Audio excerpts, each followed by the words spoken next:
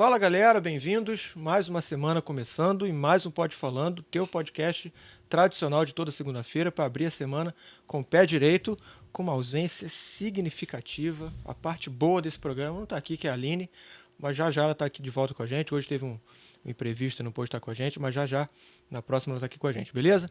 E que bom que você está aqui com a gente, começando mais essa semana, começando com o pé direito. Não conhecia, bem-vindos. Pode Falando, já somos o Pode Falando... Cara, até eu perdi a conta. Qual é? 150. Tem 149 para você assistir se você está aqui a primeira vez e não conhecia. Já você põe em dia. Mas que bom, não tem problema. Se é a primeira vez, bem-vindo. A gente está aqui toda segunda-feira, sempre trazendo um convidado bacana, um papo interessante. E você sempre, pra gente, é um privilégio ter a tua presença aqui, seja a primeira, segunda, seja qual vez. Não está podendo assistir aqui agora ao vivo, não tem problema. Todas as nossas conversas, inclusive essa de hoje aqui, vai ficar lá no nosso canal. Nosso canal é o Falando de Vida. Já se inscreve lá para você poder também ver tudo o que acontece, deixar uma mensagem pra gente, o chat inclusive para os inscritos. Então já se inscreve para você poder participar, interagir aqui com a gente e ajudar também o canal a crescer, beleza? E no Instagram, procura a gente também lá, é o Pode Falando, procura a gente lá também. Já segue a gente também para ajudar o nosso podcast a crescer, a espalhar também os convidados, as entrevistas que você gostar aqui. Manda para outras pessoas também que você acha que gostaria de assistir aqui com a gente, beleza? Não me conhecia, Puí Moraes aqui falando com vocês, um prazer estar aqui com vocês, um prazer ter vocês aqui com a gente, beleza? Gente, hoje é um privilégio, um cidadão ilustre aqui de Barra do Piraí, que alcançou aí uma repercussão muito bacana no meio musical, e a gente tem o prazer de receber aqui, de ter convivido com ele, de ser amigo nosso aqui, do dia a dia. Hoje não dá tanto, porque alcançou outros ares, outros trechos aí, tá voando longe, e é um prazer ter essa oportunidade. Quando ele está correndo aqui, a gente pega ele pelo pescoço e traz aqui para bater um papão com a gente aqui, porque é muito bom ter ele aqui, cidadão ilustre aqui, músico, amigo nosso aqui de Barra do Piraí, ninguém menos, nada mais que Diogo Monzo. Irmão, prazer ter você aqui com a gente. Tudo bom, Puí? Poxa, feliz demais de estar aqui com vocês. Pô, prazer nosso, cara. E o Puí tá falando isso tudo porque amigo sabe como é, né? Dá sempre uma aumentada. Não sou nada, não é só eu que falo. Mas estou muito feliz de estar aqui. Como o Puí falou, né? A gente já tá junto há muitos anos, somos amigos, crescemos aqui, fizemos muita música junto. Verdade. E eu sinto falta às vezes também, né? Eu venho um pouco em Barra agora, né? Nessa correria, mas era tempo bom estar aqui. A gente fazia muita coisa boa. E é um privilégio nosso também estar contigo. Tu já era excelente naquela época, agora é só te admirar de longe mesmo. Eu falei, eu conheço ele, só isso que dá pra falar, porque agora... Também todo mundo naquela época ia pra rua, saía, eu ficava em casa estudando. Tudo tem seu preço, né? É. E como é que tá a vida, cara? Você tá... Vem de vez em quando em bar, vê a família, mas tá voando pra tudo quanto é lado, né? Onde você tá morando hoje? Fala pra hoje tô morando em Brasília. Tô lá. Já faz... acho que mais de 10 anos, ou mais. E tô vindo um pouco em Barra, né? Esse ano eu só tinha vindo uma vez, agora eu consegui vir uma segunda vez. E a gente tá sempre aí cumprindo a agenda. A gente, que é músico, sabe como é, né? Sim. A gente vai onde a música leva a gente, então a gente tá sempre com a agenda em algum lugar. E com a agenda cheia, a agenda tá boa até dezembro. Graças e eu só tenho a agradecer, porque a agenda cheia é a melhor coisa que pra gente, é o que a gente quer. Bom morar em Brasília? Tem uma galera acho mais influência lá em Brasília, né? Depende do ponto de vista, né? Cara, no início eu não gostava não, pra ser bem sincero. É porque é uma cidade bem diferente. Brasília é uma cidade assim, planejada. Mas funciona, né? Funciona. Hoje, sei lá, acho que a cidade hoje cresceu muito. Acho que não acompanhou o crescimento. Mas assim, quando cheguei lá era uma cidade muito diferente. Sério, cara? Sim, de tudo que eu conhecia no Brasil, sabe? Eu acho que deve ter muita gente de fora lá, não tem? Tem muita gente de fora, mas, por exemplo, a cidade não tem assim, nome de rua, tudo quadra ou numeração e... tudo assim, planejado. Você sabe que esse caminho, por exemplo, tem o eixão, que é o centro, que é o meio da cidade, aí tem os eixinhos, então até acostumar com isso tudo. Asa sul, asa norte. Então, assim, totalmente diferente do que é o Brasil. Né? Então, no início, eu achei bem difícil. Ainda mais de onde você vê, que é Barra do Piraí, que é uma cidade de referência. Aí, né? Referência mundial, Barra do Piraí. Tem né? semáforo até os 10 anos atrás, porque tem semáforo em Barreiros Pois do é, Meio, pô, aí você tá brincando. Orgulho de ser barrense, né? Mas, cara, eu tenho o maior orgulho de ser barrense, eu adoro também, a gente fala Batureí. brincando, mas... E aí é isso, cara, eu levei um tempão pra acostumar com Brasília. Às vezes eu ficava lá assim, cara, eu tenho que ir embora daqui e Sério? tal. Mas hoje eu gosto de morar lá. Mas na época tu foi a trabalho? Ou alguma coisa relacionada à música, como é que foi? Não, eu fui porque a gente mudou pra lá, a Fran passou no concurso pra lá e a gente foi pra lá. E Pra musicalmente, começar a o que você vida acha lá. da cidade lá? A cidade é boa musicalmente, apesar que, mesmo sendo capital, não é assim, eu não diria que é um grande centro, certo? Acho que o grande centro mesmo é Rio, São Paulo, mas hoje um pouco também Belo Horizonte, Minas Gerais ali tem tido muita coisa boa. Né? Mas assim, tem coisa pra fazer e cresceu muito nos últimos anos, melhorou muito, começaram assim a ter produções maiores e tal, então realmente deu uma melhorada. Mas não tem como comparar com Rio, São Paulo, Não tem, né? com Minas, não dá, não tem comparação. Mas a cidade é boa porque assim, é uma cidade tranquila, a qualidade de vida, né, é boa. Eu gosto, hoje eu gosto. E os trechos que você tem percorrido a nível Brasil, tá sempre nesse eixo Rio-São Paulo? Ou você vai a lugares assim, eu vou bastante Rio, São Paulo, né? Mas eu tenho ido bastante também pra Fortaleza, assim, ali pro Nordeste. Minas também. Acho que é só. Nunca fui, assim, pra outras áreas muito, não. Teve uma época que a gente foi pra outros lugares, né? Mas ultimamente tem sido mais... Coisas muito específicas, né? São coisas bem específicas. E eu comecei a trabalhar há alguns anos com projetos de piano solo e tal. Comecei também a fazer muito mais agenda fora do país do que dentro, né? Então, foi... Agora sim que eu voltei com esse novo projeto. A gente vai falar depois. Vamos falar. Que eu tô lançando CD novo e outros projetos. Aí eu comecei a fazer alguns shows no Brasil novamente, assim com mais frequência, né? É um tipo de... E até falar do estilo de música que tu toca, mas até pra ver a galera que talvez só conhecesse o Diogo Monzo de nome, ver a gente falando de você, enchendo tua bola aqui, mas sem demagogia não, a gente vai falando a realidade, que é o teu dia a dia, que é mérito totalmente teu, os lugares que você tem andado fora de Brasil aí, pra gente fazer uma ponte do início, onde você tá agora, onde você tem andado, o que você tem tocado, o trabalho que você tem feito, os lugares que você já passou. Então, assim, a minha carreira deu uma... Vamos dizer assim, uma deslanchada depois... A referência que eu tenho pode ter começado antes, mas eu lembro de não sei se foi um concurso, não lembro se foi nível mundial, alguma coisa assim, de lançamento que você fez, não é? Os artistas botavam alguma coisa lá e você ganhou, foi tocar em Nova York. Eu não lembro se foi essa a tua primeira participação internacional, mas eu me lembro muito que isso ficou muito, muito fixo na minha cabeça, porque eu lembro que foi um negócio assim muito maneiro na época que você conquistou. Mas não lembro, nem sei se você já tinha tido outra experiência internacional antes dela. Não, eu já tinha tocado fora, assim, na Europa e tal, mas a primeira... quando eu tive participando do Made in New York Jazz, que é esse aí que você citou, eu tive entre os finalistas, né? Então a gente foi... Os finalistas foram convidados para ir para Nova York, para tocar. A gente tocou com grandes nomes do jazz. Foi tipo assim, um concerto de gala, né? Foi uma coisa bem legal. Acho que foi em Tribeca, em Nova York. E, pô, foi assim, cara, um super evento de música. Assim, uma coisa surreal, assim, mesmo. E bem no centro ali, né? Do mundo, assim, da música.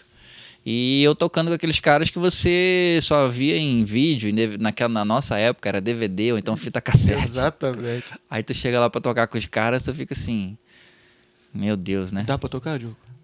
Assim, não que os caras não dá sejam pra orgulhosos, tocar igual os caras, mas dá pra tocar. Dá pra tocar?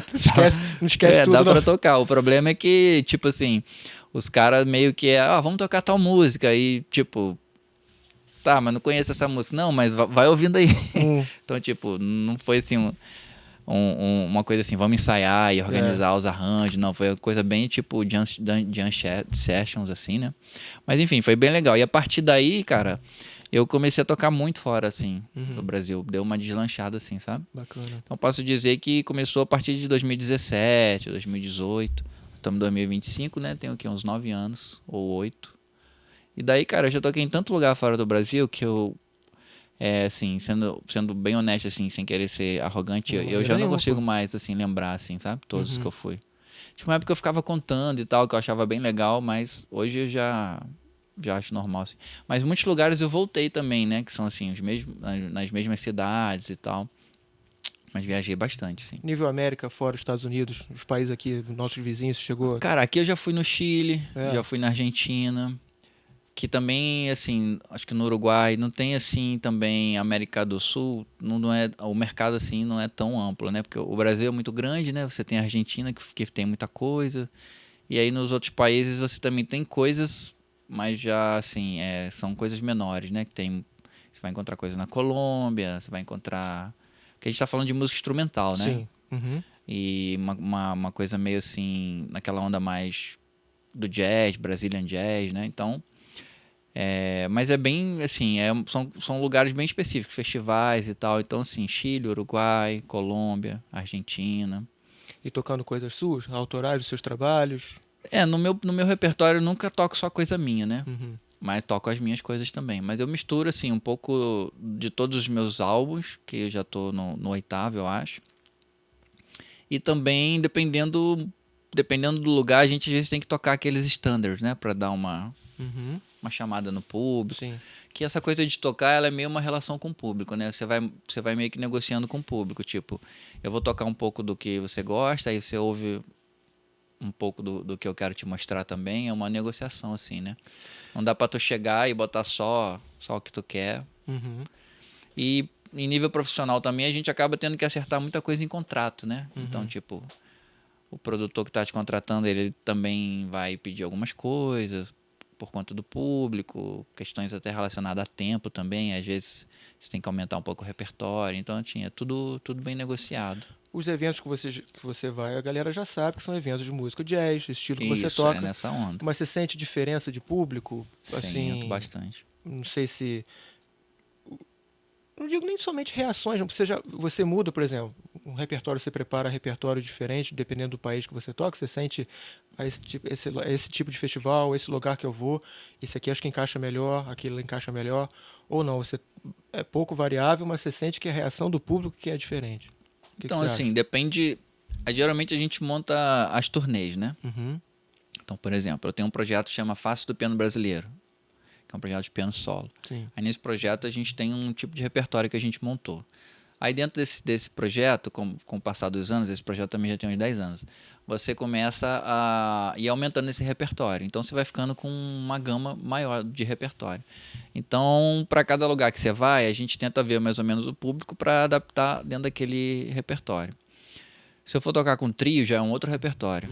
Aí eu já vou envolver os meus trabalhos com trio, já vou envolver música popular brasileira, algum arranjo, eu vou fazer algum arranjo novo e tal. Aí a gente monta a turnê para aquele projeto, do Diogo Monzo Trio, dando um exemplo, né? Então, enfim, assim, depende do projeto que a gente faz, porque essas turnês, elas são organizadas com antecedência, né? Um ano de antecedência, no mínimo, né? Você já começa... Esse ano, por exemplo, eu estou cumprindo a agenda que eu organizei ano passado, então a gente já está organizando a agenda do ano que vem, entendeu? Porque esses lugares que você vai, festival, ou até teatros, né, que os próprios teatros hoje, as salas de concertos fazem os próprios festivais, tudo com uma antecedência mínima de 1 ano, né? Que eles já vão sempre adiantando aquele programa. Claro, é flexível, né?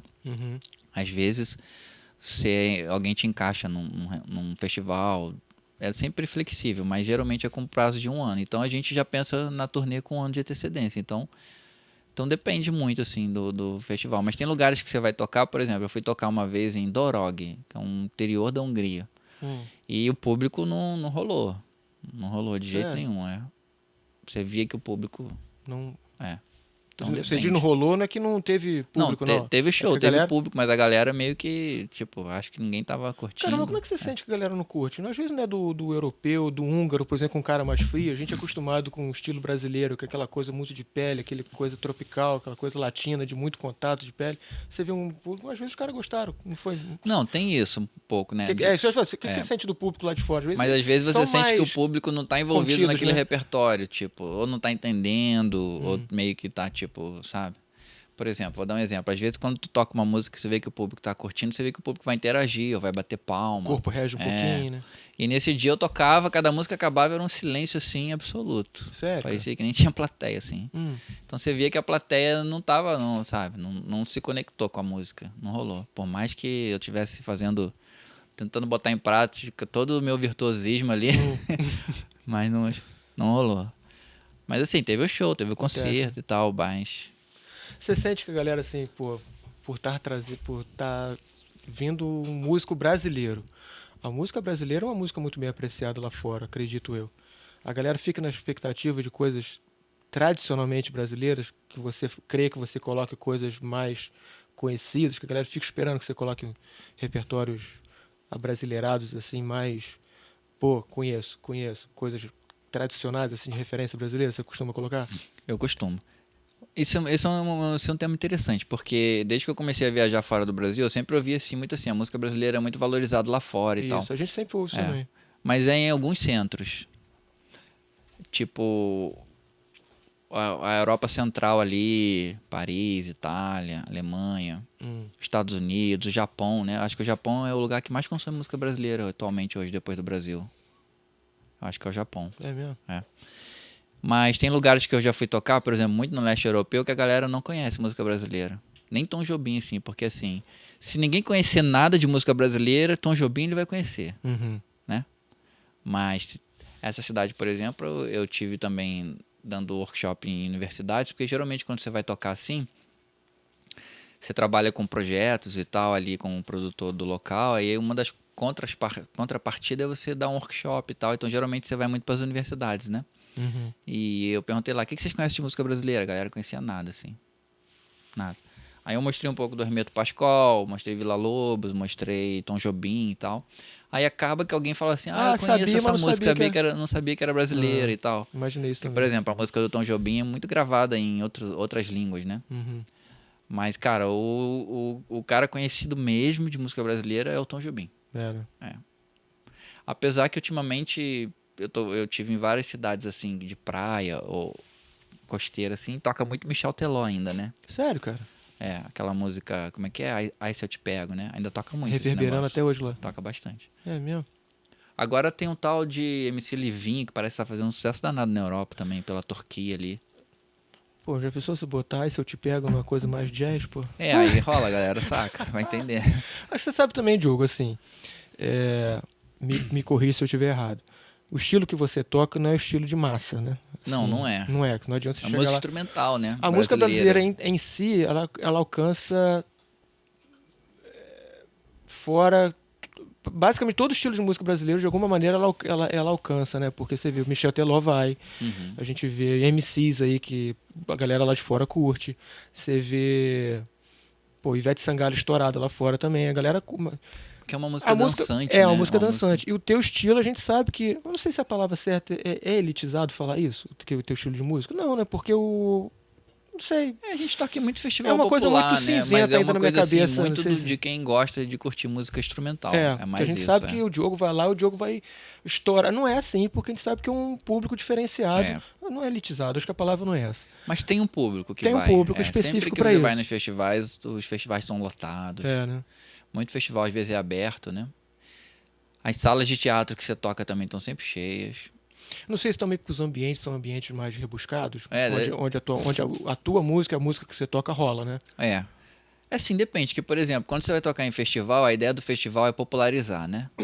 Então você vai encontrar, assim, um público de tudo quanto é, vamos dizer assim, classe social, que aí é aberto ao público e tal. Mas se você for para os teatros, aí a gente pode falar que é elitizado no sentido de algo mais, vamos dizer assim, como posso dizer? No sentido de ser algo mais que você precisa ter um pouco mais de conhecimento cultural para ir, por exemplo. Então, geralmente nos teatros, nas salas de concerto, quem vai é aluno de música, ou alguém que gosta, que lê muito, sabe? Aí gosta de também estar acompanhando novas culturas. Então, acaba sendo mais intelectualizado numa sala de teatro, numa sala de concerto. Que aí a gente mais é crítico musical, a gente que está ali para ver o que de colaboração para a cultura sua música tá dando, o que você sabe, aí é um público nesse sentido mais intelectualizado, é um tipo de música mais analítica, né? A galera vai ali vamos ver esse cara mesmo, se esse artista realmente vai trazer algo. Então nesses ambientes é mais assim. Agora, aí tem outro lado também, se você for tocar em casas de jazz, aí a galera que gosta mais de jazz. Já tá indo pro lugar, sabe o que vai ter lá. Que é uma galera também... É estranho falar isso, mas é uma galera mais elitizada também, mais intelectualizada. É estranho falar isso porque o jazz é uma coisa bem, assim... que veio mesmo, assim, é uma música do povo, né? É uma música bem, assim, uma música negra, né? Que veio mesmo da periferia e tal.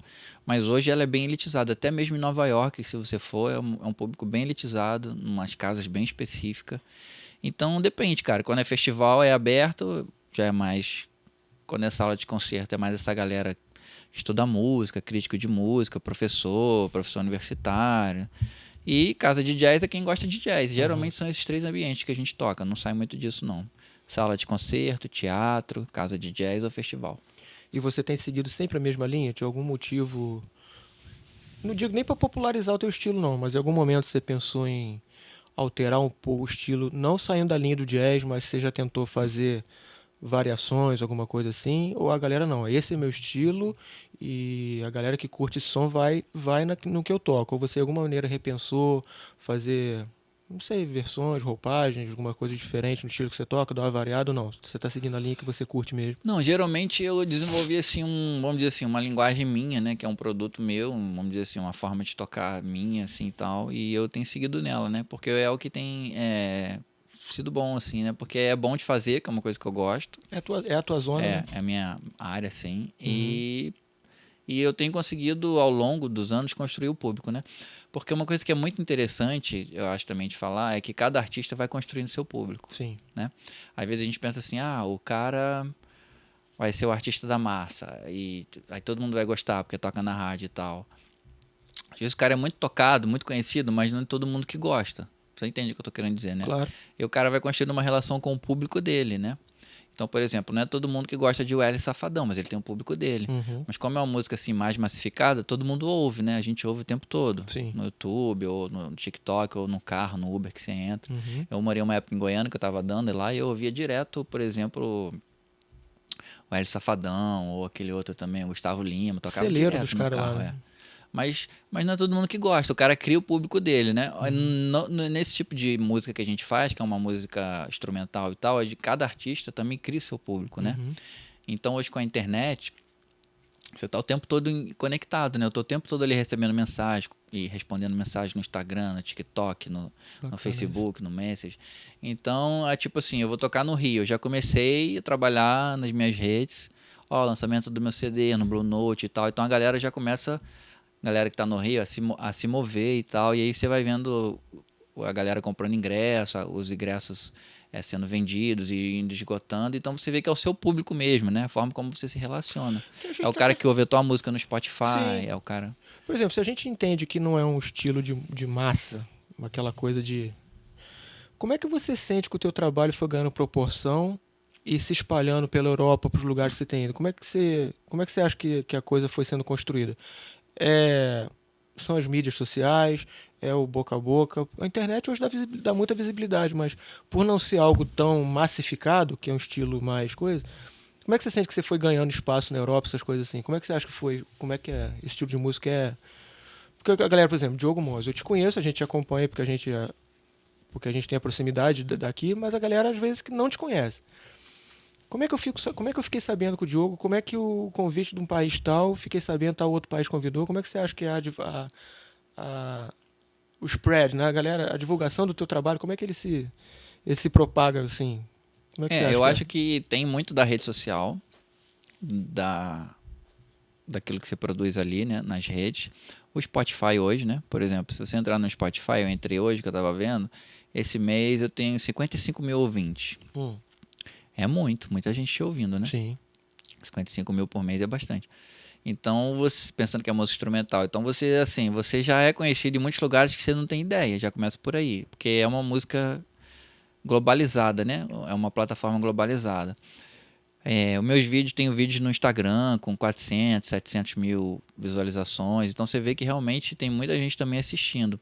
Então a internet é fundamental, a questão é você saber se conectar com esse público, saber estar ali sempre se comunicando, trocando informações, trocando, né? batendo um papo, para que cada vez que você for tocar num lugar, aquele público tá te dando algum suporte. Aí o próprio público vai convidar outros e tal. A gente faz muita campanha na internet, vou tocar não sei aonde, convida aí teu amigo e tal, ajuda a espalhar, não vamos deixar... Então você começa a fazer um trabalho.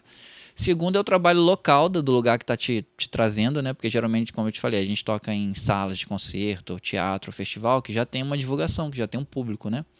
Então, às vezes, a gente chega nesse lugar, também o seu público vai estar lá, mas você também vai estar com o público do festival, que é o público que o festival construiu, que a sala de concerto construiu. Sim. E tal. Porque, por exemplo, uma sala de concerto, quando monta a série dela anual, ela já tem os assinantes, ela já começa a vender os ingressos com antecedência e tal. Então, você acaba indo também com o público da sala, né? E você também, conforme você vai tocando aquilo de alguma forma que eu não sei como, vai espalhando. Porque, por exemplo, meus primeiros concertos na Europa eram vazios. Agora, já os últimos que eu vou estão sempre lotados. Os ingressos sempre esgotam antes. Ainda mais que eu volto, às vezes, nos mesmos lugares que eu toquei. Então, assim, você já criou um público. Você a galera ouviu, gostou. Bacana isso, cara. Aí eu acho que é o boca a boca mesmo. Um fala pro outro e tal. Aí o cara passa a te seguir na rede social, que manda pro colega. Então, assim, você tem que usar tudo. Todos os recursos. Não tem escolha. Todas as mídias você usa. Tanto é que você tá falando da tua agenda... A minha agenda tá aí porque cheia. a coisa tá funcionando e o teu nome tá rolando, né, cara? Eu acho que muito legal também, até complementando a tua resposta, como é que a coisa se espalha, falando até de Brasil um pouquinho também, que a gente tá falando de fora, mas você tá brilhando aqui dentro também.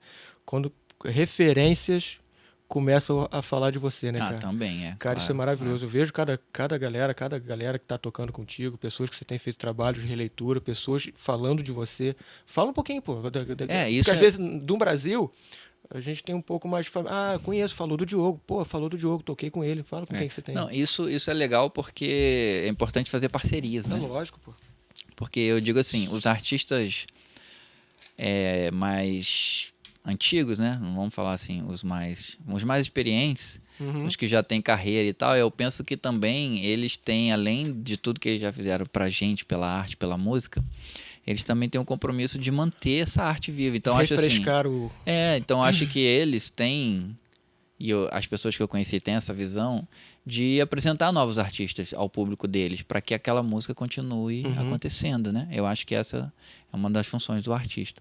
Então eu conheci gente, cara, assim, fantástica, que eu pude tocar e desenvolver projetos juntos, como a própria... Eu comecei, a primeira grande artista que eu toquei mesmo, assim, que me apoiou mesmo, que divulgou e me levou para tocar com ela, foi a Eleni Andrade, né, que já faleceu. E assim, uma cantora incrível, cara. Talvez eu acho que ao vivo, assim, foi a maior cantora que eu já toquei, porque a mulher cantava muito mesmo, assim, um absurdo.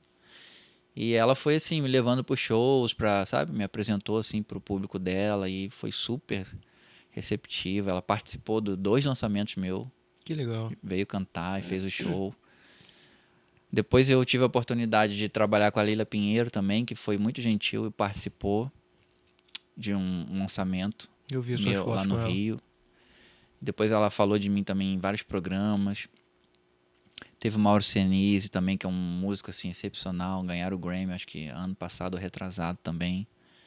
Teve o Roberto Menescal, cara. Roberto Menescal é assim, um dos artistas mais gentis que eu já conheci, cara. E assim, o Roberto Menescal é o cara, né? Se você for pensar, né? O cara não é só um dos criadores do Bossa Nova, mas ele foi diretor das grandes gravadoras da época, lançou muita gente, Nara Leão, Elis Regina, aquele CD Tom Jobim Elis, que é assim, das referências da música brasileira. Então assim, e é o cara que é o compositor da música Barquinho, né? Se eu não me engano, talvez seja a segunda música brasileira mais tocada no mundo, né? Só pra você ter uma ideia, a Barquinho que eu gravei com ele, que a gente eu tive essa oportunidade de gravar um CD junto com ele, com o Ricardo Bacelar. Essa música só no Spotify já tem mais de 1.800.000 de ouvintes. Então, assim, da versão que você tocou? É mesmo? Sim, então o cara é muito ouvido. E o cara, tipo assim, não, vamos gravar um CD junto, imagina. Os caras são generosos, né? Pô, é muita generosidade, cara, não tem nem o que falar. E aí eu gravei com o Ricardo Bacelar, eu fiz um projeto de piano solo com Gilson Peranzeta, com João Donato, com Délia Fischer. Agora, recentemente, já, dia 29, lancei um CD em homenagem ao Francis Haime cantando no CD. Então, assim, cara, Eu só tenho a agradecer a Deus pela vida dessas pessoas, porque eles, assim, me abraçaram mesmo e... Você teve com o Ivan Lins também, que você falou? Tive num show no Blue Note com a Leni Andrade, que era um show que vários artistas estavam homenageando ela, o Ivan Lins estava também. Legal. Tava o Ivan Lins, tava a Joyce Moreno. Eu acho que tava também... Eu não me lembro todo mundo. Mas tinha uma galera tocando. Era um show em homenagem a Leni também, né? E essa nova safra aí, até brincadeira contigo, você tá sentindo um alecrim dourado ou tá surgindo uma safra nova além de você? Você tem visto permeando aí nesse meio aí, além de você, uma galera nova surgindo, oportunidade de outras pessoas despontando também junto com você nessa renovação da cultural aí no Brasil, na música? Você tem visto novos talentos aí também? Cara, tem uns pianistas que surgiram, que eu acho que a gente deve ser da mesma idade, ou talvez um pouco mais velho, que é o Salomão Soares, que é o Amaro Freitas. Tem o Leandro Cabral, tem o Hércules Gomes. Tem uma galera muito boa, cara, tocando. Isso aí que você tá falando, tudo pianista? Tudo pianista, é. Assim, a música brasileira é muito rica, né? O que eu sinto, assim, é que tem muita gente tocando bem, sabe? Mas a gente não tem tanta gente, assim, já desenvolvendo trabalhos originais, né? Assim, em nível artístico. Tipo, se a gente olhar para a década de 60, 50 da música brasileira, você como teve ali surgindo uma galera, tipo, sei lá, Luiz Essa, Gilberto Gismonti, Hermeto Pascoal, que eram uns caras, assim, muito originais, né? Faziam coisas... Mirabolantes. Eu sinto um pouco falta disso hoje em dia. Mas tem alguns fazendo isso, né? Como esse que eu te falei, o Salomão Soares, o Amaro Freitas, o Hércules Gomes, que são pianistas bem originais, assim, sabe?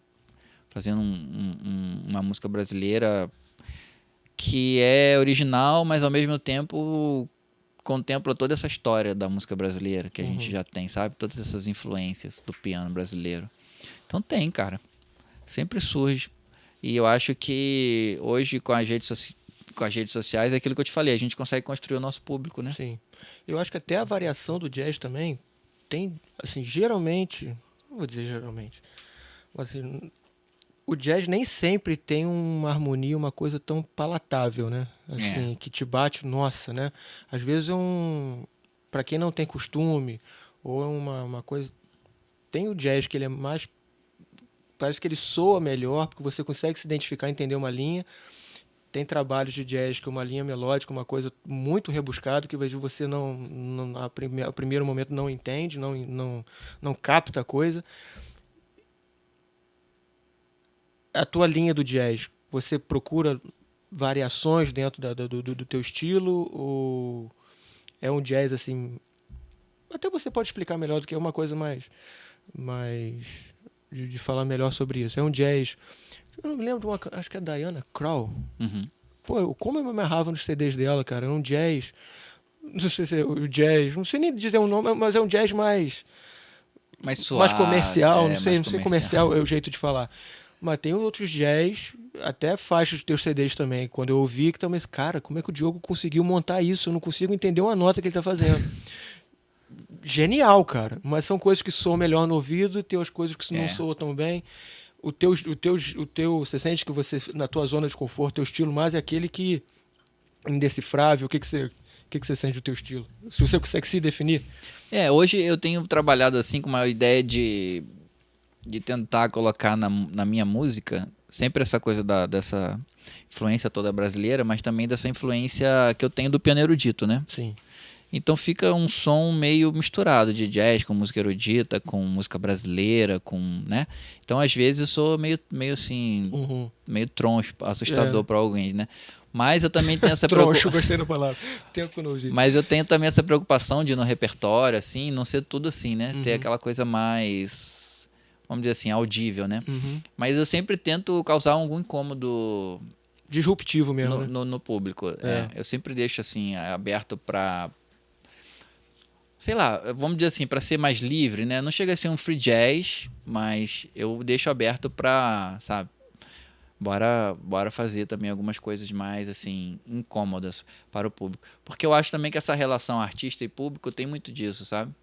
Aquela coisa de negociar com o público no sentido também de você entrega uma coisa pro público, um produto, mas ao mesmo tempo você tenta causar algum desconforto nele. Sim.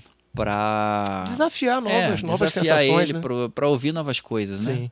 Eu acho isso também um papel importante, assim, do artista quando tá tocando e tal. Assim como na culinária, né? Que tem muito essa linha de, linha de pensamento. É verdade, Mas nem sempre dá, né? Porque depende também do produtor, do tipo de contrato que você assinou. Às vezes não...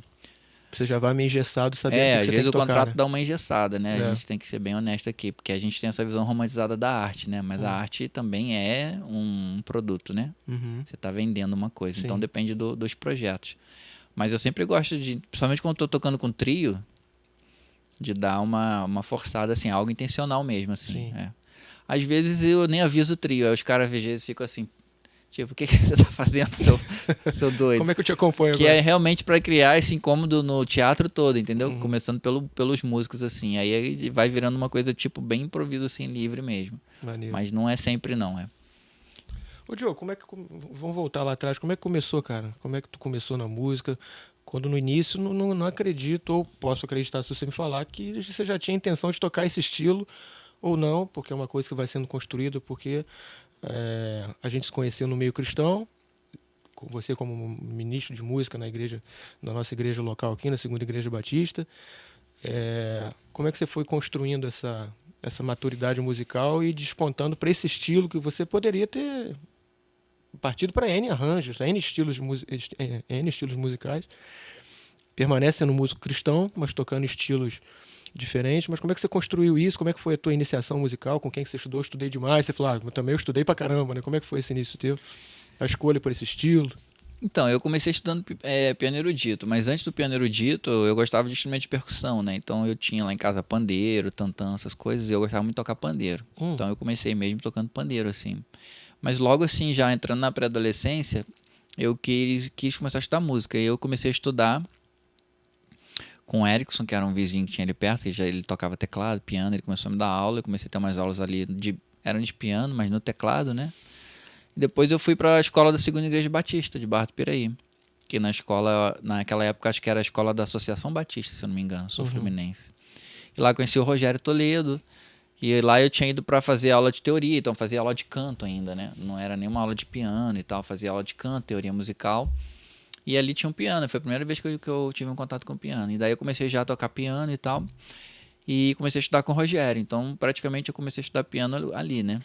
Na igreja. E da igreja eu comecei a estudar muito, assim, né? O Rogério, na época, me deu, tipo, uma bolsa, assim, de estudo. Eu ajudava com questões lá da secretaria e tal, fazia, né, trabalhos ali para ele, e ele me dava aula de graça. E dali eu fui desenvolvendo. 2 anos depois eu já estava na faculdade. Eu realmente aprendi muito, assim, tinha facilidade para tocar piano, né? 2 anos já estava na faculdade, fui pro Rio, pro Conservatório Brasileiro de Música, e também era piano erudito. Então minha primeira graduação foi em piano erudito, música, já era uma coisa que te música atraía. clássica. E o Serginho, cara, nosso amigo em comum, num aniversário meu, me deu um CD do Ticoria. Eu nunca tinha ouvido Ticoria. Aí quando eu ouvi o Ticoria, eu falei, caraca, que som, bicho. E aí que eu fui ver um pouco o que era jazz, aí que eu comecei a conhecer isso. Eu já estava na faculdade no Rio. E aí nessa de conhecer o jazz, eu falei, cara, eu quero estudar um pouco de improvisação, de harmonia, essa coisa assim, esse piano que o pessoal chama de piano mais popular. E aí eu fui estudar com um pianista que chamava Roberto Alves. E o Roberto Alves, ele era um baita pianista lá no Rio, tocava com a Marisa Monte e tal. E ele começou a me dar aula de música popular, piano popular, comecei a estudar harmonia e tal. E daí ele me apresentou um disco que era o do Luizinho Essa, que era um pianista erudito, que começou a tocar música brasileira, foi um dos fundadores do Tamba Trio e tal, fez parte desse movimento da Bossa Nova. E aí quando eu ouvi o Luiz Essa tocando, aquilo pra mim foi um divisor de águas. Aí que eu falei, cara, esse é o piano que eu quero fazer, que era um piano brasileiro, misturado com jazz, mas também com piano erudito. Então eu diria que eu comecei a buscar esse piano com a música do Luiz Essa. Que daí eu fui construindo a minha identidade a partir dali, daquele som que eu ouvi. E aí tô procurando até hoje como fazer. Então, assim, na verdade é um conjunto de coisas, né? Mas para chegar no que eu toco hoje é muita influência dos meus professores, claro, e Luizinho Essa também. E muita coisa que eu ouvi, né? De Coreia, Herbie Hancock, Keith Jarrett, Gilberto Gismonti, essa galera toda. E o Luiz Essa. Aí, aquela primeira vez que eu ouvi aquele piano, eu falei, caraca, cara, é isso que eu... A gente fala... Pode tocar piano assim? Eu pensei assim, né? Porque caso aquela coisa erudita, você ficava meio engessado, né? É engraçado que você foi escutando isso, mas enquanto você se tocando na igreja, o estilo de que se toca dentro da igreja é totalmente diferente. Não na igreja eu Você tem que fazia aquele ponderar trabalho ali de acompanhar coro, de tocar ali no louvor. Mas sempre te enriquece, né? Porque a bagagem Claro. cultural é Não, gigantesca, né? eu digo que assim, uma das maiores escolas que eu tive, se não a maior, foi o tempo que eu trabalhei na Segunda Igreja Batista ali, tocando e regendo, fazendo arranjo, porque, cara, sem ideia do que a gente tinha ali, a gente tinha o que a gente chamava de coros graduados, ou seja, coro infantil, coro para adolescente, coro para jovem, Isso. coro de homens, de mulheres, o coro titular. Então, só essa experiência semanalmente de eu estar ali ensaiando coro e tocando, Dá um trabalho danado. aquele que repertório, e o coro ali cantava muito, né? Sim. Você sabe. O Coro Silvia Gomes tá ali até hoje. E eles têm um repertório assim imenso, cara, de música mesmo gospel, música sacra, eles cantam Handel, Mozart, então assim, era uma escola absurda pra mim, toda semana ali tendo que aprender. A minha leitura de partitura, que acabou sendo uma leitura muito boa, foi graças à música coral, cara, ter que ler aqueles corais, aquelas coisas. Então aquilo pra mim foi uma escola surreal. E misturava tudo, eu tinha prática de banda de graça, porque tinha que tocar com louvor, tirar música de ouvido, fazer arranjo. Depois a igreja cresceu, tendo uma orquestra, a gente tinha que escrever arranjo para orquestra, eu tinha que escrever aqueles arranjos tudo, depois ensaiar a orquestra, tocar com a orquestra, depois juntar a orquestra com coro, fazer arranjo para coro. Então, cara, uma escola assim. Depois ainda veio o Oficina de Sonho, que é um projeto social, aí eu fui aprender a dar aula, a montar, a coordenar projeto social, cara, então assim... É muito enriquecedor tudo isso, parece não, mas... Porque a prática, cara, é um negócio absurdo. As segundas com arte também, acho que você Segundas chegou a pegar arte, lá. que era chegou a música pegar lá instrumental, também. nossa, peguei muito. Muita galera boa Então pra assim, lá. cara, é uma experiência incomparável. Cara, a gente fala muito da Nenhuma música... universidade vai te dar isso. Imagino, claro. A gente fala muito da música ser inclusiva, né? Cara, mas não tem hora que a música é meio seletiva, não? Pro cara que estudou. Pô, mas parece que é um funil, cara. Porque não dá pra todo mundo ser o Diogo Monzo, alcançar os lugares. De certa forma, isso sente que isso pode frustrar de alguma maneira? A música é meio... É privilégio, é dom ou é suor e trabalho? O que você acha? Porque nem... É igual futebol, não dá pra todo mundo chegar. Mas você acha que a música é mais suor e trabalho, dedicação? Ou tem um pouquinho de dom também? Não dá pra se apoiar, acho que nenhum dos dois, mas o que você acha? Que é mais um ou outro, é equilíbrio? Eu acho que tem dom, cara, talento, porque você olha algumas pessoas tocando que, cara, tá com tanta facilidade, né? Eu vejo hoje em dia na internet aquelas crianças com 5 anos tocando piano e toca como que eu tivesse 30, 40 anos. Então eu acho que tem um pouco de dom, de talento, mas eu acho que tem o suor também. Acho que é muito mais o suor, né? De estudar. E quem tem facilidade, esse estudo vai potencializar aquele talento, mas eu acho que o estudo faz diferença, porque eu acho que o ser humano ele é capaz de aprender qualquer coisa, entendeu? Então, se a pessoa começa a estudar, sei lá, desde cedo, mesmo que ela não tenha um dom incrível, mas se ela vai estudando aquilo diariamente, tendo uma rotina de estudo, uma rotina como é que eu posso dizer, de disciplina e tal, poxa, imagina ela 20 anos depois fazendo aquilo todo dia, ela realmente vai estar fazendo bem. Agora, aquilo assim, igual você falou, a gente tem um cara que treina todo dia e joga bola, certo? Mas nem todo mundo joga igual o Messi, aí não dá, né? Tem uns caras que, tipo assim, o cara tem muito talento, muita facilidade. Na música também tem isso, né? Igual você falou, tem muita gente que quer tocar como Diogo Monzo, mas o Diogo Monzo quer tocar como Ticoria, como... O horizonte sempre... O Egberto, mas não dá, entendeu? Os caras estão num nível, assim, absurdo. E esse nível, eu acho que cada um tem dentro daquele que é o seu talento, entendeu? Porque eu acho que o talento, se você tem o talento, mas não tem o suor, aí não rola. A pessoa, muitas das vezes... Chega a ser injusto, né? Eu digo assim, às vezes a pessoa tem muito talento para aquilo, mas ela não se desenvolve, entendeu? Tem muita gente aí que... Eu tava estudando uma época dessa sobre superdotado. Pro meu espanto, nos artigos que eu li, e também li um livro, que agora não lembro o nome, a maioria dos superdotados não vingam, entendeu?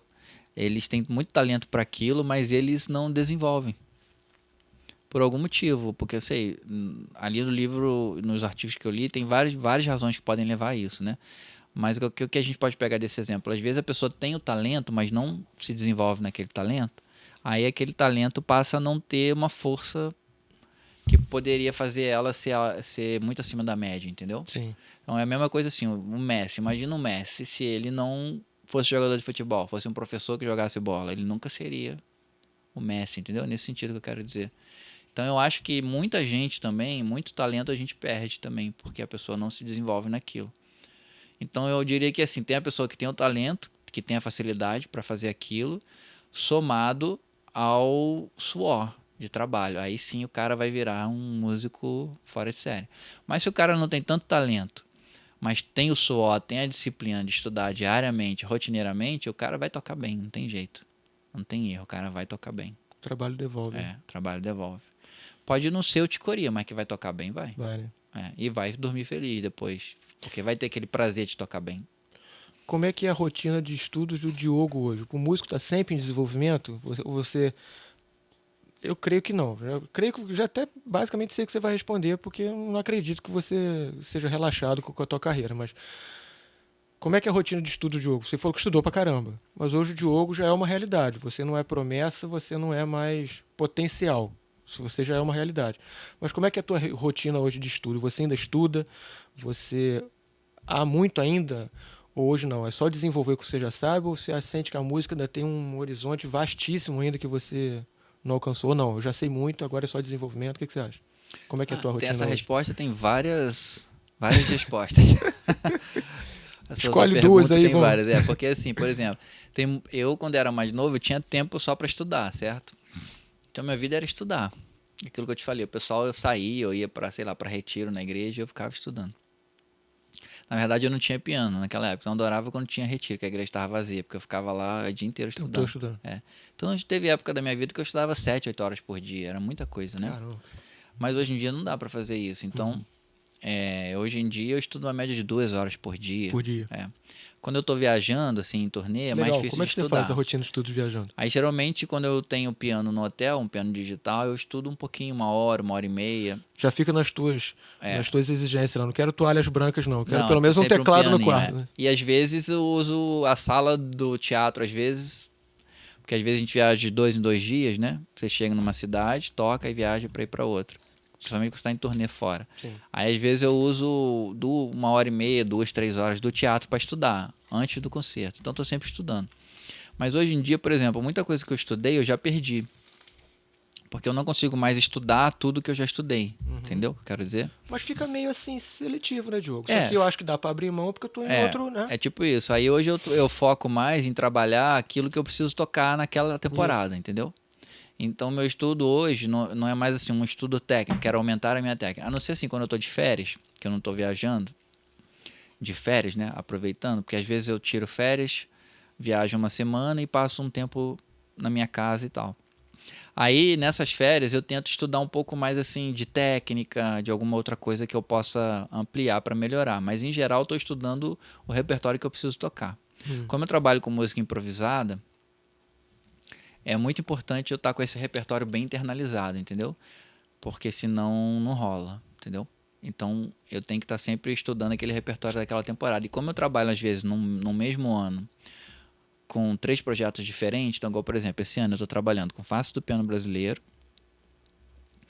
com Brasil Moderno em Piano, com Alma Brasileira e com o meu CD novo, que é o CD Francis Haim por Diogo Monzo, que é o CD Maré. Então, são 4 programas diferentes, são 4 repertórios diferentes. Então, todo o tempo que eu tenho, eu estou estudando esse programa. Então, eu não tenho tempo de estudar outra coisa, entendeu? Então, gira muito em cima dos projetos que eu estou fazendo, dos trabalhos. Então, muita coisa que eu tinha, eu perdi, entendeu? Tipo, antigamente eu sabia tocar concertos para piano, hoje eu não sei mais.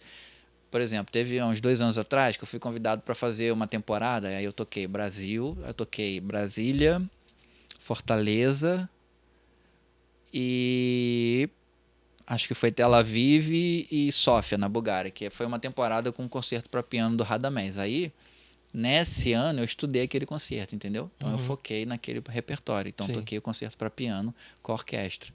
Mas eu não tenho mais tudo aquilo que eu tinha quando eu era músico que só estudava, entendeu? Beleza. Então, fica assim, nessa negociação. Do que o momento te exige mais, você foca naquilo e vai. Foca naquilo. Aproveita, cara, o gancho que você falou do teu novo CD. Já são quantos que você falou, Diogo? Eu acho que são 8 agora com esse. E como é que tá esse novo aí? Fala um pouquinho dele, como é que Cara, é esse esse projeto? CD, na verdade, Vai aparecer na tela ali pra gente. eu comecei... Ele chama Maré, como vocês estão vendo ali, Já né? fala como é que a galera pode adquirir, Francis Haim como é que por tá Diogo isso aí. Monzo. Ele Conta aí. foi lançado pela gravadora Biscoito Fino. Uhum. Ele não tá disponível no físico, né? Você só consegue Sim. ouvir ele nas plataformas digitais. Uhum. E ele tá disponível em todas as plataformas. E eu comecei a gravar... Quando eu terminei o meu projeto do Luiz Essa, eu comecei a querer gravar o Francis Haim, que é um pianista e compositor que sempre foi também dessas referências da música brasileira, que é pianista erudito e com várias outras formações que toca a música brasileira ao piano, né? Uhum. Então, Francis Haim também era uma dessas influências. E aí eu queria gravar o Francis Haim há algum tempo. E daí, conversando com a minha produtora, Fernanda Kinderé,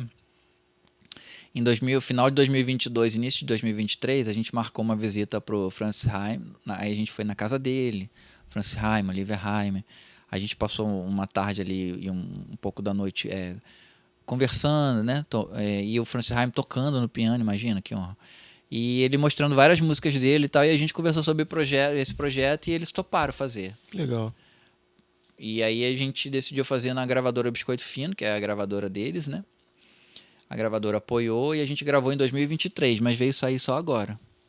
Então ele faz parte da comemoração do Francis Haim, que está fazendo 86 anos, fez uma série de concertos relacionados aos 85 anos, e o próprio Francis Haim canta no projeto, ele canta na música minha. Tem arranjos do CD como a música Maré, que foi o Francis Haim que fez. E tem arranjos meu também tocando com trio. E, cara, a galera que toca nesse CD é uma galera, assim, inacreditável. No baixo é o Jorge Helder. Na bateria é o Tuti Moreno, que são lendas da música brasileira. E no cello é o Hugo Pilger, que é um cellista, assim, absurdo também. Então, assim, é um CD que eu tô realizado, assim.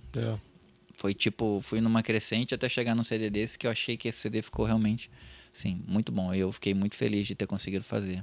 E teve a oportunidade de fazer alguma apresentação com o Francis Haim tocando? Ficou só na gravação Não, ele só mesmo? canta, Ele só canta. Ele só canta no CD.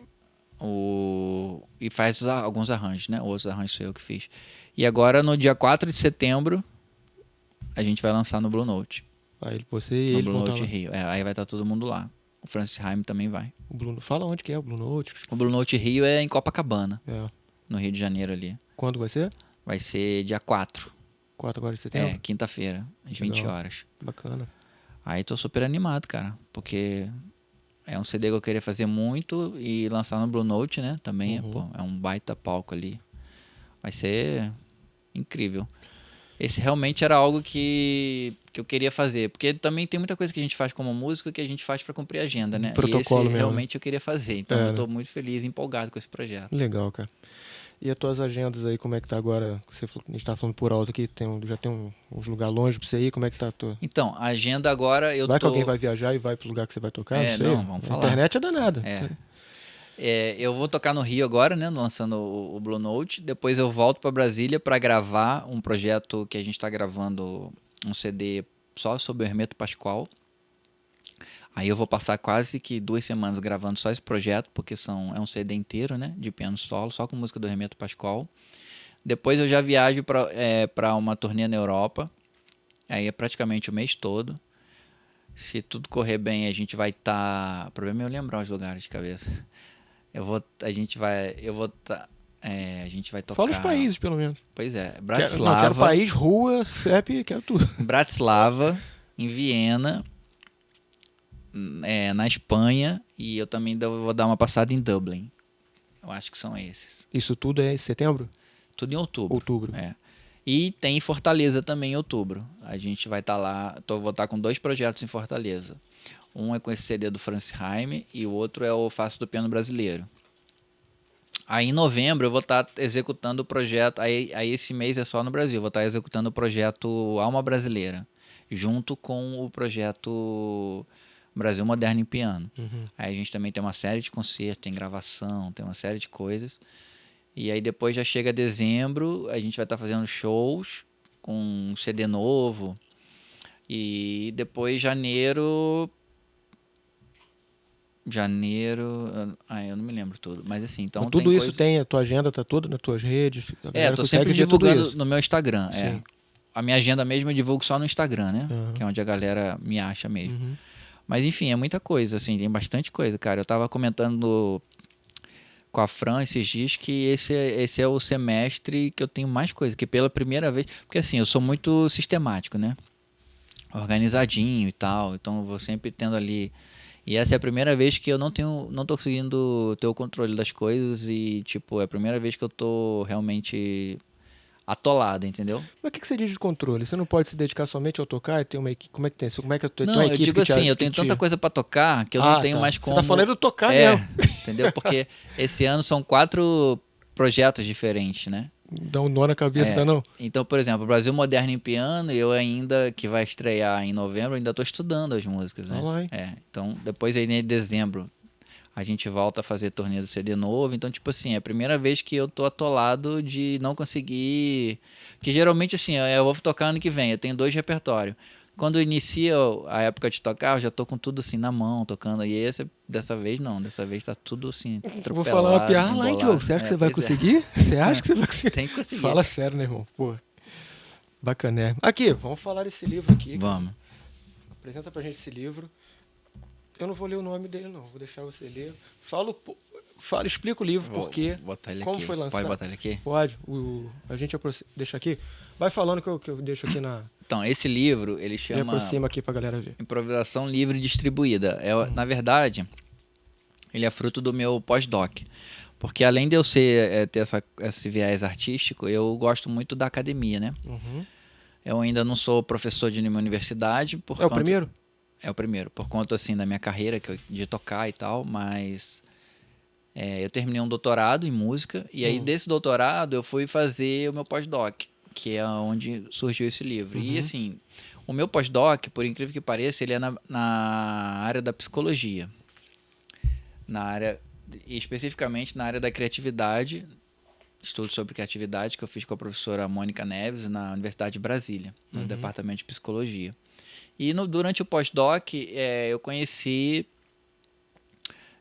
um pesquisador muito importante que chama Walsner, e ele, lendo a minha pesquisa, falou, cara, você precisa escrever um livro, mas tem que ser em inglês, né? Ele é europeu, né? Então a gente se comunica através do inglês. E daí eu falei, cara, vou tentar, porque eu nunca tinha escrito nada em inglês, né?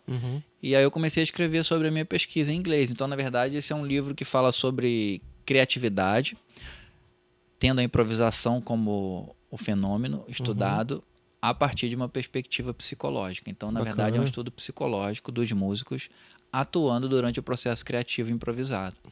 E agora eu publiquei esse ano, depois de 2 anos eu consegui terminar o livro. Que é um tema muito bacana que as pessoas muito perguntam, né? Como é que você improvisa? Exato, é tipo isso. Você fez como improvisar com base nos dados de quem improvisa.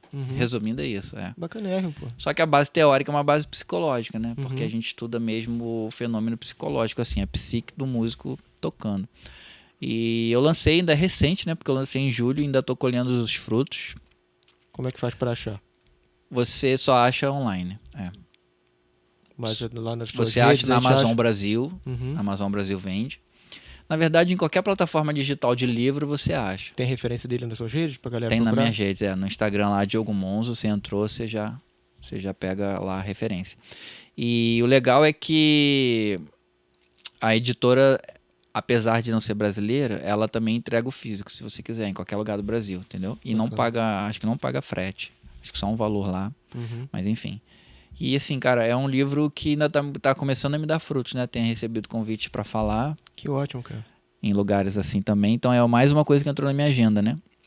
Eu recebi agora um convite, por exemplo, para falar na Finlândia, mas quando a minha agenda de música eu não pude ir, né? Então eu tenho recebido convites também. E o inglês tá afiado? A gente consegue falar lá? Consegue. Mas o problema é conseguir conciliar a agenda da música com essa. Isso, né? Então eu tenho tentado, com relação ao livro, falar nas conferências online, né? Hoje tem essa possibilidade. Verdade. Mas eu tô feliz ainda, colhendo os frutos ainda. Vamos ver. E a galera daqui do Brasil só vai poder ver esse português quando virar best-seller, né? Pois é, cara, porque agora quando você publica o livro, o material vira da editora, né? Né? Então é Não eles sei nem que como é que é decidem. isso, como é que é? Não é uma outra editora brasileira poderia publicá-lo aqui ou isso é exclusivo da editora de lá? Não sei Poderia nem como é que funciona esse mercado. negociando com a editora de lá. Né? Que é um Negociando assunto com a editora vasto, de lá. pô, interessantíssimo, Diogo. Cara, tem tido muita leitura. Eu também tenho recebido semanalmente e-mails sobre pesquisador perguntando, fala mais um pouco, não sei o que, aceita falar aqui na turma e tal. Por exemplo, na terça-feira agora, dia 2, eu vou dar uma palestra na FRJ. Você pode naturalmente falar sobre o livro, mas o livro é em inglês, mas você pode tratar totalmente sobre o assunto aqui, né? Mas em geral a galera do meio acadêmico acaba conseguindo ler em inglês, né? Porque é um livro acadêmico, né? Sim. Não é assim um livro literário. Mas qualquer um pode ler, se você quiser, souber ler em inglês, manda ver. Mas hoje também dá para ler em inglês com o Google, né, cara? Você traduz fácil. Verdade, né? Inteligência Porque tem a versão, como é que fala? Do e-book, né? Aí tu pode traduzir. Acho que no próprio e-book você consegue traduzir, dependendo da inteligência artificial. Cara, hoje eu diria que com a inteligência artificial é estudar a língua só se o cara quiser muito, né? Porque hoje em dia Verdade. Cara, agora, se eu não me engano, eu vi uma pessoa falando... Mas eu já vi, não, até te cortando, eu já vi até que uma das profissões que corre risco com a inteligência artificial é o... intérprete, né? É o intérprete, porque hoje em dia vai ser coisa até simultânea. Né? Então, eu vi alguém falando, eu não sei se é verdade, que eu nunca usei, mas eu acredito que seja, de uma inteligência artificial nova da Google, que você usa ali no Google Meet e ela traduz em tempo real. Sério, bicho? Eu não tenho certeza se isso é verdade, mas eu vi alguém falando sobre isso. E aí, conforme você está falando, já vai traduzindo em tempo real, a pessoa já ouve no idioma que ela está falando e você já ouve no seu idioma. Então, tipo assim, mesmo que isso não seja verdade, embora eu acho que seja, em breve a inteligência artificial já vai estar fazendo isso. Então, assim, estudar a língua vai ser uma coisa porque você realmente quer estudar. Os estúdios de dublagem, por exemplo, estão com os dias contados, porque a inteligência artificial já consegue botar a voz do artista com a boca dele mexendo no nosso fonema, nas nossas.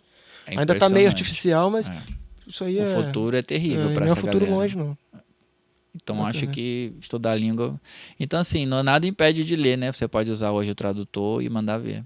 Eu mesmo leio coisas em russo, em alemão, quando eu preciso, usando o tradutor. O problema é que, tipo assim, você não sabe a qualidade da tradução, porque você não conhece nada da língua, né? Não dá pra você ter muita crítica ali, né? Então, às vezes, você pode estar lendo de uma tradução que realmente pode estar destoando um pouco. Mas eu acho que a inteligência artificial está avançando tanto que até... nesse nível de tradução tá ficando cada vez mais assim, bom de ler, de usar. O que é bom, né? Porque a gente não tem como ler em todos os idiomas do mundo. Às vezes a gente tem meio... Não é preguiça, mas o leque aumenta exponencialmente quando você tem uma tecnologia dessa que te abre horizontes que... Claro, você pode ler em vários outros idiomas. Verdade. A gente caminhando pro fim aqui, Diogo, tem uma coisa marcante, assim, que uma experiência numa apresentação sua, numa estada sua fora, uma coisa que te marcou, uma experiência muito bacana. Pô, essa não sai da minha cabeça, foi um negócio muito bacana, assim, que você acha bacana contar pra gente? Você tem uma coisa, assim, uma memória sobre isso? Tem uma performance minha que foi em Aveiro, em Portugal, que foi muito marcante pra mim, porque o piano ficava no meio da sala, era uma sala, assim, mais moderna, né? E aí o público sentava ao redor, assim. E o público, além de ficar perto de você, na hora de você entrar, você passava pelo meio do público. Olha. E foi muito marcante porque era um festival, chama Festival de Outono, de Aveiro. E eu era uma apresentação de piano solo. E eles tiveram que atrasar meia hora, porque ficou lotado, e aí eles fizeram o quê? Vamos atrasar um pouco, vamos colocar mais cadeira. Porque era tipo um festival gratuito, né? Então eles colocaram ainda mais 50 cadeiras. Então, assim, ficou muito colado no piano, entendeu o que eu quero dizer? Então, tipo, eu tava tocando com a pessoa aqui, assim, muito do meu lado, sabe? E eu tive que entrar no meio do público, assim. Já vi shows assim, eu acho isso muito maneiro. Cara, e foi uma experiência emocionante. Primeiro, eu senti muito medo, né? Sério, cara? Muito perto, assim, a galera me deu Intimida um nervosismo, Mas aí, tocar com a galera perto, assim, e ver a reação da galera, assim, de perto, sabe? A pessoa fazendo... O cara, assim, olhando, e o outro filmando em cima. Ficou uma coisa, assim, muito aconchegante, assim. Foi uma experiência inesquecível aquilo, cara.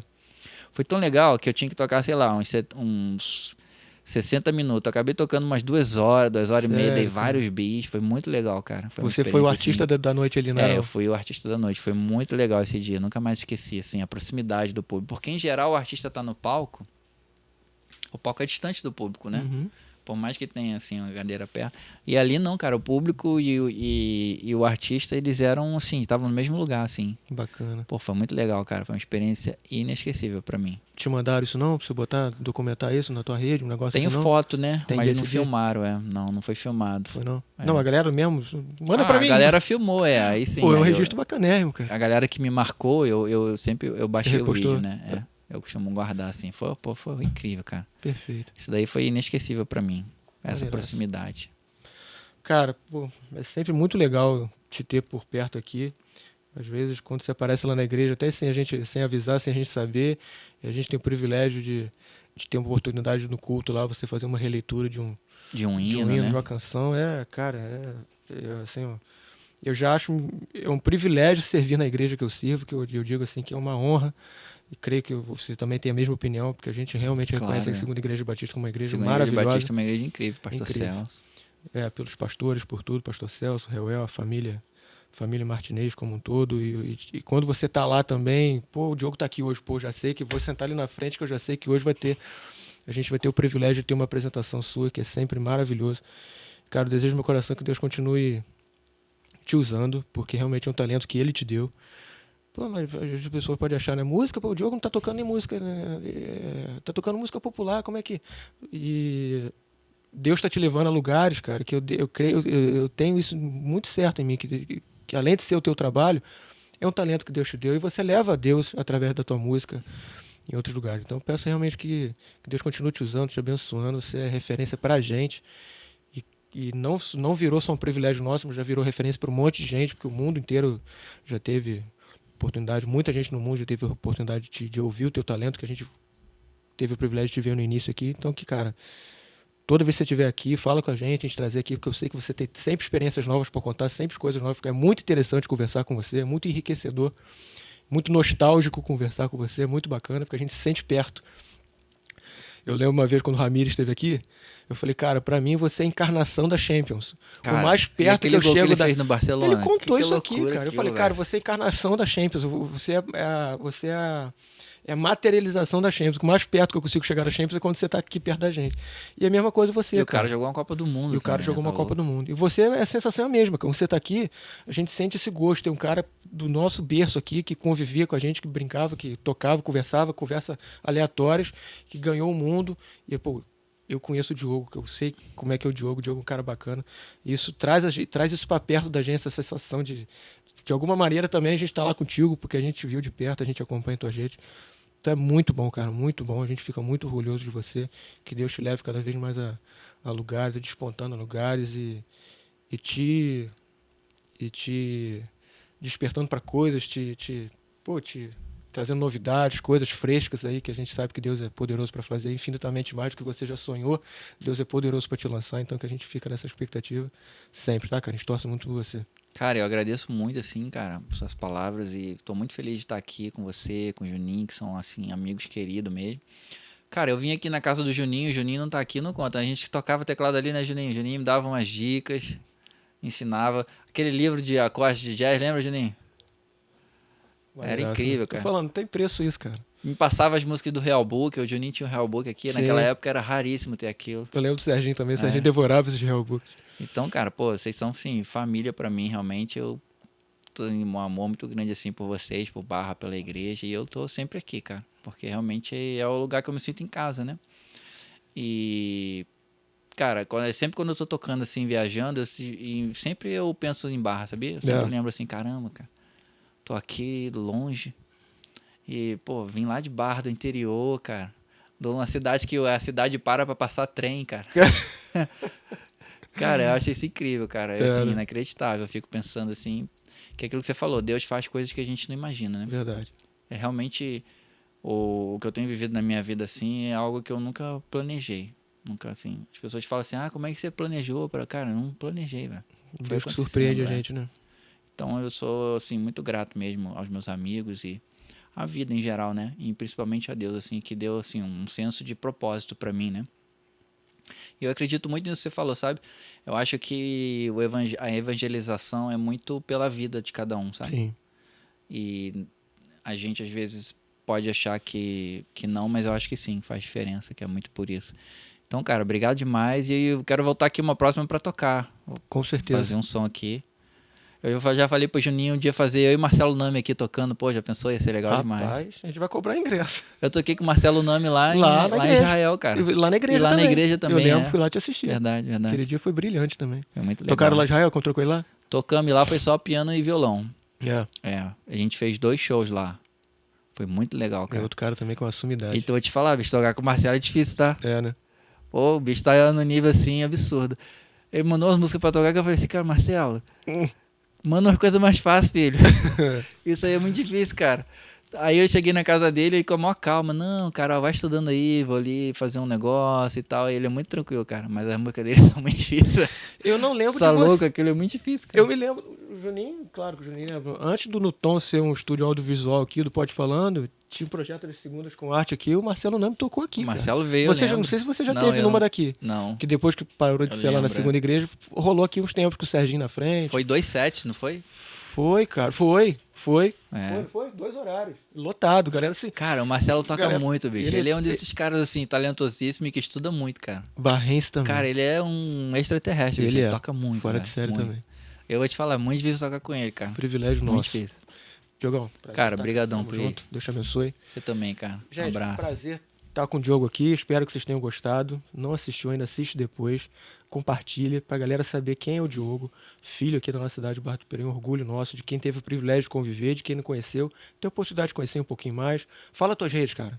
Instagram, Cara, é sabe, só sabe? Diogo Monzo, digitou Diogo Monzo, só aparece eu. Ninguém Só. tem esse nome, E é Monzo com Z, tá, galera? Isso aí. M-O-N-Z-O. Vai que numa dessas viagens internacionais que você pode ter tido o privilégio de fazer, você encontra com esse rapaz fazendo um show lá pertinho de você. Claro. Vale a pena você correr lá e E vamos tirar foto se com tiver no certeza. show. Beleza, gente? Muito obrigado pela presença de vocês e com a gente mais essa segunda-feira. Um forte abraço, bom restante de semana. Fique com Deus. Tchau, tchau.